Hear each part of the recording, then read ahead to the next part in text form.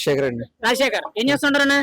మాది cable TV అండి. Cable TV. ఇప్పుడు పిఠాపురంలో పవన్ కళ్యాణ్ పోటీ చేస్తున్నారు, మరి గెలుస్తారంటారా? గెలుస్తారండి. ఎలా ఉందంటారు ఇక్కడ ఊపు అనేది?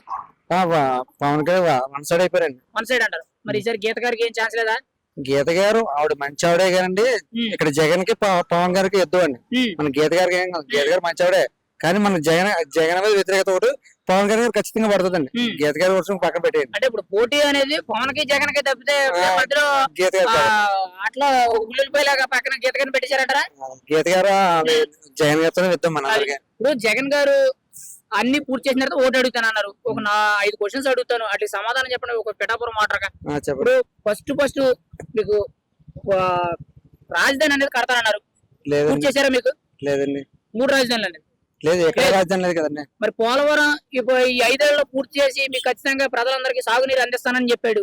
ఎంతవరకు పూర్తయింది అంటారు? లేదండి, అప్పుడు చంద్రబాబు చేసిన 70% తప్ప ఇప్పుడు గడ్డి వచ్చిందండి అక్కడ.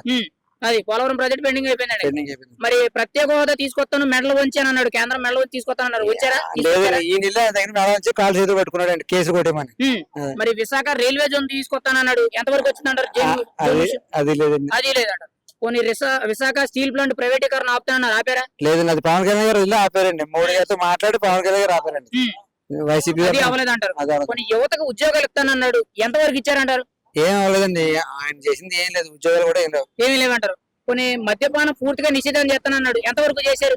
ఏం చేయలేదండి. ఆయన ఇంకా కొత్త బ్రాండ్లు పెట్టి పాత బ్రాండ్లు తీసి కొత్త బ్రాండ్లు తీసి ఆయన డెవలప్మెంట్ అయ్యాడండి. అంటే డిజిటల్ పేమెంట్ లేకుండా ప్రతి ఒక్క రూపాయి కూడా భారతీయ అకౌంట్ దగ్గర పెట్టారు. ఇప్పుడు ఇసుక దందా ఆపుతానన్నాడు, ఎంతవరకు ఆపారండి? లేదండి, టాటర్ 40,000 50,000 చేస్తారండి.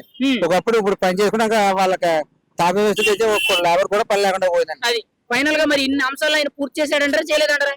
చేయలేదండి, చేయలేదు. ఆయన 120 సార్లు 200 సార్లు బట్టన్ నొక్కి అన్నాడు కదండి. మీరు 2 సార్లు బట్టన్ నొక్కి ధ్యానంగా ఈ రాష్ట్రం నుంచి ఈ పిఠాపురం నుంచి ఇక్కడి నుంచి పంపించేస్తాను.